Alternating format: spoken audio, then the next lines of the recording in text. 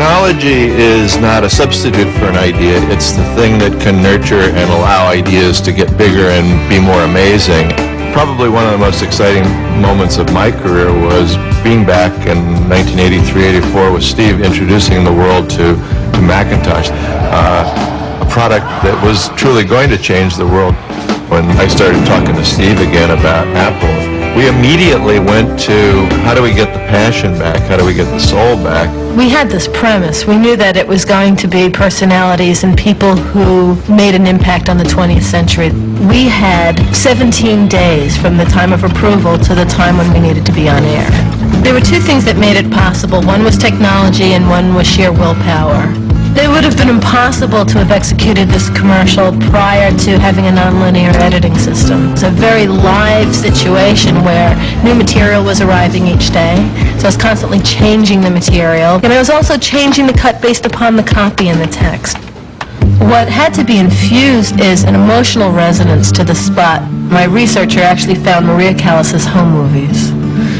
They came in from Greece, it came in from a big can covered in dust.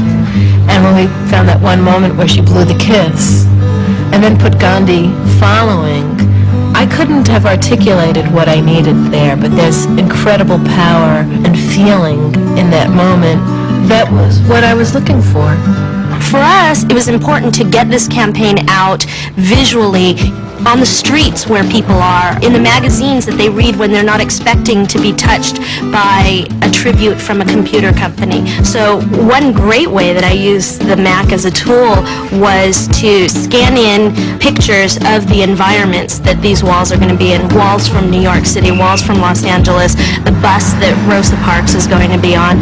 And using Photoshop, I was able to figure out how to best crop the images that we're using and how to put in the logo. So what it helped us with was the ability to do more things within that time period, to be able to have communication software open and be able to have Photoshop open and be able to have Illustrator open, and it allows me to get out what's in my head, the innovative thoughts, to manipulate them and massage them and change them and grow them and get them out for the world to see. And that's what the campaign is about. It's about paying tribute to people who thought differently and who thought creatively, and then empowering those of us today to go forward and do the same. When Apple comes into play is when people are kind of reaching a little bit higher for their human potential.